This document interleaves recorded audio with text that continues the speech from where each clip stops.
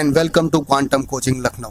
देखिए, हम लोगों ने डी एंड एफ ब्लॉक का पहला लेक्चर पढ़ा था और कुछ प्रॉपर्टीज़ के बारे में हम लोगों ने डी एंड एफ ब्लॉक के पढ़ा था और वो आप लोगों ने शायद पढ़ लिया हो।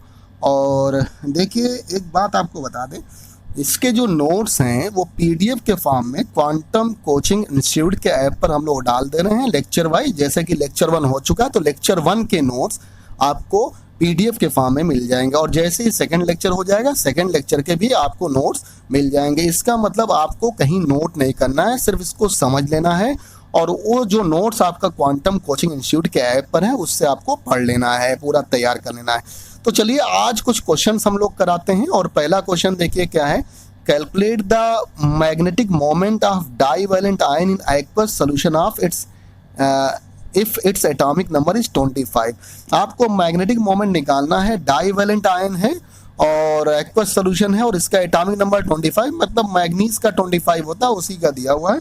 और याद करिए आप लोगों ने डाइपोल मोमेंट का, मैग्नेटिक मोमेंट का जो फार्मूला निकाला था, मैग्नेटिक मोमेंट म्यू का, म्यू इक्वल टू क्या था, √n और ब्रैकेट में n+2 बताया था। तो सबसे पहले इसको सॉल्व करते हैं। एटॉमिक नंबर 25 है तो देखिए इसका इलेक्ट्रॉनिक कॉन्फ़िगरेशन sp_d 1s2 और यहाँ पर 2s2, 2p6, 3s2, 3p6, 4s2 और 3d5 होगा। देख लीजिए 2, 4, 10, 12, 18, 20, 25 यहाँ पर आ रहा है। तो देखिए अनपेयर्ड इलेक्ट्रॉन कितने हैं आप बनाइएगा, इसका डी में जरा बताइएगा। 5 ऑर्बिटल होते हैं तो देखिएगा सब में एक एक करके हुंस रूल से फिल होगा, तो अनपेयर्ड कितना हो जाएगा 5। तो n जो है नंबर्स ऑफ अनपेयर्ड इलेक्ट्रॉन कितना आ गया, 5 आ गया। अब ये यहाँ पर यही रखते हैं, म्यू इक्वल टू क्या फार्मूला था, √n ब्रैकेट में n+2, n की जगह पर 5 रख दिया और 5+2 और देखिए इसको सॉल्व करेंगे तो 5.92 आएगा क्योंकि 7 × 5 35 हो जाएगा, √35 अप्रॉक्स 6 के या 5.92 मान लीजिए और इसकी यूनिट होती है बोर मैग्नेटन। तो ये आ गया मैग्नेटिक मोमेंट की जो यूनिट होती है बोर मैग्नेटन होती है। वैसे आप बताइएगा Q × 12 भी रखते हैं, कूलाम मीटर भी रखते हैं, लेकिन याद रखिएगा यहाँ पर जो इसकी यूनिट देते हैं वो इलेक्ट्रॉन के केस में ये बोर मैग्नेटन लेते हैं। फिजिक्स में आप लोग को बताया भी गया होगा। तो चलिए पहला क्वेश्चन आपका हो गया और ये मैग्नेटिक मोमेंट निकालना था। अब दूसरे क्वेश्चन की तरफ बढ़ते हैं। दूसरा क्वेश्चन देखते हैं क्या है और सेकंड नंबर क्वेश्चन की तरफ बढ़ते हैं और देखिएगा on what ground can you say that scandium Z equal to 21 है is a transition state element but zinc, और जिंक जो है इसका एटॉमिक नंबर क्या हो गया 30 है। देखिए स्कैंडियम का एटॉमिक नंबर Z क्या है 21 है और जिंक का बताइए क्या है 30 है। लेकिन याद रखिए कहते हैं on what ground can you say that scandium जिसका एटॉमिक नंबर 21 है वो ट्रांजिशन एलिमेंट है, बट जिंक जो बताएगा 30 है जिसका एटॉमिक नंबर वो ट्रांजिशन एलिमेंट नहीं है। तो चलिए इसको भी सॉल्व करते हैं, आंसर देते हैं। On the basis of incompletely field 3d orbital in case of scandium atom in its ground state. देखिए स्कैंडियम के लास्ट ऑर्बिटल का चेक करिएगा तो 1s2, 2s2, 3 बताएगा 1s2, 2s2, 2p6, 3s2, 3p6, उसके बाद देखिए 4s2 और 3d1 आएगा। तो देखिए 3d1 आएगा तो it is regarded as transition element क्योंकि यहाँ पर इनकम्प्लीट बताएगा क्या है डी ऑर्बिटल है या वैकेंट डी ऑर्बिटल है।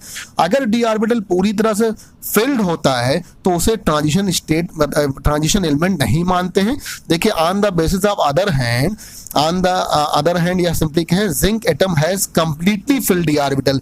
इसके पास 3d10 है, देख लीजिएगा आप निकाल लीजिएगा 30 इसका एटॉमिक नंबर होगा इन इट्स ग्राउंड स्टेट। तो ग्राउंड स्टेट में 30 है, अब बताएगा यहाँ पर एटॉमिक नंबर 30 है, 3d10 है, तो अब यहाँ पर ना किसी तरह का चेंज ही नहीं करेगा तो ये ग्राउंड स्टेट में भी यही होगा और एक ऑक्सीडाइज स्टेट में भी होगा। Hence it is not regarded as transition element क्योंकि एक तरह से ये वेरिएबल वैलेंसी को शो नहीं करता है। और सिंपली जिसके भी लास्ट ऑर्बिट में देखिए सिल्वर का केस कुछ अलग है तो बाकी सब में देखिए लास्ट ऑर्बिट में जरा बताएगा d10 आ रहा है, इसका मतलब ये कंप्लीट है तो ये बताइए ट्रांजिशन एलिमेंट में नहीं लिया जाता। एक बड़ी इंपॉर्टेंट बात है। तो स्कैंडियम जिसका लास्ट ऑर्बिट का देखिएगा 3d1 है और यहाँ पर 3d10 है और इसलिए बताएगा ये चाहे इसके ग्राउंड स्टेट में लें और चाहे ऑक्सीडाइज स्टेट में लें ये रिगार्डेड बताएगा it is not regarded as transition element, ये ट्रांजिशन एलिमेंट की तरह नहीं लिया जाता। चलिए अब तीसरे क्वेश्चन की तरफ आते हैं। आज लेक्चर नंबर 2 के थर्ड क्वेश्चन पर आते हैं। आज मैक्सिमम क्वेश्चन ही आपको कराने हैं और आगे भी कराएंगे इसके बाद और फिर और कॉन्सेप्ट बताएंगे। क्वेश्चन क्या है, silver atom has incompletely filled d orbital. देखिए 4d10 है यहाँ पर, 4d10 देखिए लिखा हुआ है, ये जीरो थोड़ा अजीब सा बना हुआ लेकिन 4d10 लिखा हुआ है। तो देखिए D orbital in its ground state, how can you say that it is a transition element. देखिए हमने अभी भी बताया पीछे, जिंक के केस में आप लोगों ने जब 3d10 लिया तो उसको आप ट्रांजिशन एलिमेंट नहीं मानते लेकिन सिल्वर को मानते हैं। ऐसा क्यों, जरा चेक करिएगा आंसर में। सिल्वर एटॉमिक नंबर जरा 47 है, कैन एग्जिबिट +2 ऑक्सीडेशन स्टेट। याद करिएगा सिल्वर में अर्जेंटेनस भी होता है, अर्जेंटेनिक भी होता है, +1 भी होता है, +2 भी होता है। तो can exhibit +2 oxidation state where it will have incompletely filled d orbital. जहां पर बताइएगा यहाँ पर इनकम्प्लीट डी ऑर्बिटल होता है। Silver atom has completely filled d orbital, आपने देखिएगा खुद चेक किया था। जैसे बताइएगा आप पीछे आप जब ले रहे थे जिंक का केस, वहां पर 3d10 था। और देखिए copper silver gold, copper silver gold जरा बताइए, कापर सिल्वर गोल्ड में 4s1 और कापर में 4s1 3d10 हो जाता है। और यहां पर भी इसी तरह से हाफ फिल्ड फुल फिल्ड का केस हो जाता है। तो सिल्वर जरा बताइएगा ट्रांजिशन स्टेट में क्यों लिया जाता है, ट्रांजिशन एलिमेंट की तरह क्यों लिया जाता है। ये इसलिए है क्योंकि इसकी +2 ऑक्सीडेशन स्टेट जो होती है वहां पर इनकम्प्लीटली फिल्ड डी ऑर्बिटल होता है, hence it is a transition element. तो ये एक ट्रांजिशन एलिमेंट है क्योंकि इसकी 2 ऑक्सीडेशन स्टेट होती है, +1 और +2 अर्जेंटेनस और अर्जेंटेनिक में होती है। तो याद रखिएगा इसको, इसको बताइएगा आप क्या लेते हैं, ट्रांजिशन एलिमेंट की तरह लेते हैं। अब चलिए 4th नंबर क्वेश्चन हम लोग लगाते हैं। 4th नंबर क्वेश्चन देखते हैं क्या है। और 4th नंबर क्वेश्चन देखिए है, why do the transition element exhibit higher enthalpies of atomisation. याद रखिए यहाँ पर पूछा गया है क्यों ट्रांजिशन एलिमेंट की हायर एंथैल्पी होती है एटमाइजेशन की। अब आंसर देखिए, because of large numbers of unpaired electron in their atom, इसमें बहुत सारे अनपेयर्ड इलेक्ट्रॉन होते हैं। They have stronger interatomic interaction and hence stronger bonding. याद रखिएगा स्ट्रॉन्गर इंटर एटॉमिक इंटरेक्शन भी होता है और hence stronger bonding between atoms resulting in higher enthalpies of atomisation. ये बहुत इंपॉर्टेंट क्वेश्चन है। Because of large numbers of unpaired electron, mainly unpaired electron की वजह से स्ट्रॉन्गर इंटरेक्शन होता है, इंटर एटॉमिक इंटरेक्शन होता है, इसलिए स्ट्रॉन्गर बताइए बॉन्डिंग होती है between resulting between atoms resulting in higher enthalpies of atomisation. चलिए 5th नंबर क्वेश्चन की तरफ बढ़ते हैं और देखते हैं 5th नंबर क्वेश्चन क्या है। 5th नंबर क्वेश्चन है, in the series z equal to आपको 21 यानी एटॉमिक नंबर 21 दिया है, टू z इक्वल टू 30 यानी 21 स्कैंडियम से लेकर एक तरह से हम लोग देख रहे हैं जिंक तक, एटॉमिक नंबर 21 से एटॉमिक नंबर 30 तक ले रहे हैं।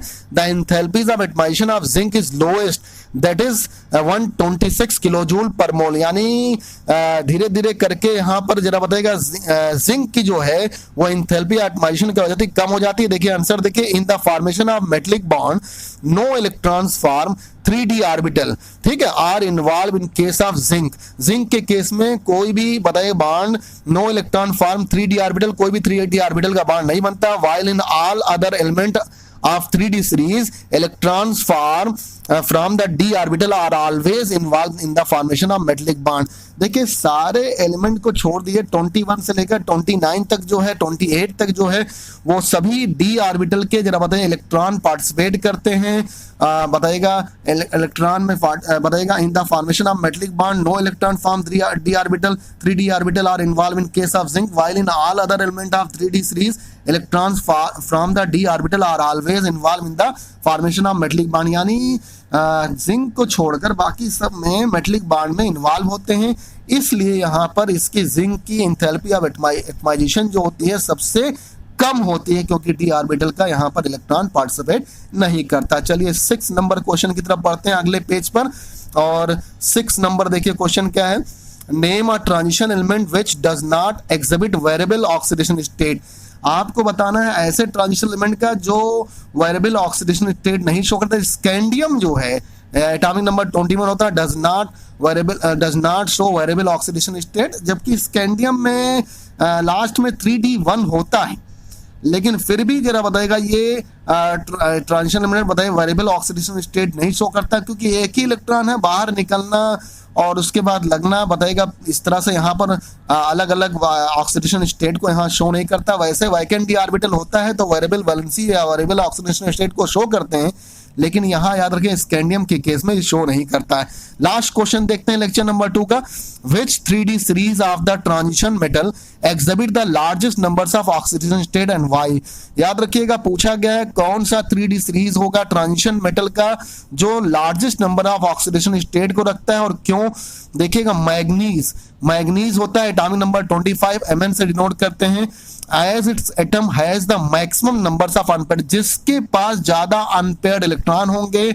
याद करिएगा पिछले क्वेश्चन में भी यही एक कॉन्सेप्ट था, अनपेयर्ड इलेक्ट्रॉन ज्यादा होंगे मैग्नेटिक मोमेंट ज्यादा होगा। अनपेयर्ड इलेक्ट्रॉन ज्यादा होंगे तो याद रखिएगा अनपेयर्ड इलेक्ट्रॉन जितने ज्यादा होते हैं उतनी ज्यादा कोवैलेंसी होती है, आप लोगों ने सिडविक थ्योरी में पढ़ा है। तो अनपेयर्ड इलेक्ट्रॉन ज्यादा होने से बताइएगा ये सबसे ज्यादा ऑक्सीडेशन स्टेट को शो करता है और यही इसका रीजन है। तो देखिए डी ऑर्बिटल में डी ब्लॉक में आपको सिंपली एफ और डी और एफ ब्लॉक में एक बात आपको ध्यान रखनी होगी, एक तो अनपेयर्ड इलेक्ट्रॉन चेक करना होगा और एक आपको वैकेंट डी ऑर्बिटल याद रखना होगा और एक इलेक्ट्रोनेगेटिविटी की भी याद रखनी होगी। ज्यादातर केसेस में मेटल में आप वैकेंट डी ऑर्बिटल की बात जरूर करिएगा। अगर वैकेंट डी ऑर्बिटल है तो वेरिएबल वैलेंसी शो करेगा। कुछ केसेस को छोड़कर अब अनपेयर्ड इलेक्ट्रॉन ही बहुत कम है तो वहां से वो वेरिएबल वैलेंसी को कैसे शो कर पाएगा, क्योंकि जितने ज्यादा अनपेयर्ड इलेक्ट्रॉन होंगे, जैसे मान लीजिए ग्राउंड स्टेट में आपके पास 1 अनपेयर्ड इलेक्ट्रॉन है तो उसकी कोवैलेंसी 1 हो गई। अब एक्साइटेड स्टेट में अगर जाएगा ही नहीं तो वो ऑक्सीडेशन स्टेट चेंज कैसे होगी, नहीं होगी ना। तो याद रखिएगा एक बात और देखा करिए कि एक्साइटेड स्टेट में जाना चाहिए तभी वेरिएबल कोवैलेंसी को शो करेगा। और ये 2-3 बातें आप एक ध्यान रखिएगा, वैकेंट डी ऑर्बिटल, इलेक्ट्रोनेगेटिविटी और साथ साथ याद रखिएगा कि कहां पर बताइएगा सिडविक थ्योरी को फॉलो कर रहा है कहां पर नहीं कर रहा है, कौन से एलिमेंट बताइए में डी ऑर्बिटल है। और ये सारे ट्रांजिशन एलिमेंट है तो यहाँ डी का तो सारा केस है। जिंक वाले को आप बताइएगा अभी आपने पढ़ा था कि 30 होता है कंप्लीट होता है, इसलिए बताइए उसको ट्रांजिशन एलिमेंट में नहीं लेते हैं। तो लेक्चर नंबर 2 में भी काफी यहाँ पर 7 क्वेश्चंस की बात हो गई।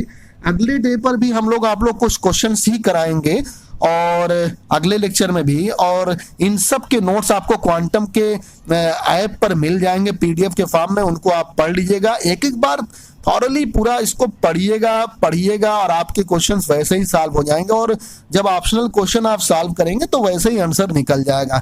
लेकिन पढ़िएगा जरूर और कमेंट जरूर करिए सभी लोग पढ़ने के बाद कि कैसा लगा। और लगातार हम बताइएगा अभी डी ऑर्बिटल और डी ब्लॉक के और एफ ब्लॉक के नोट्स डालते रहेंगे।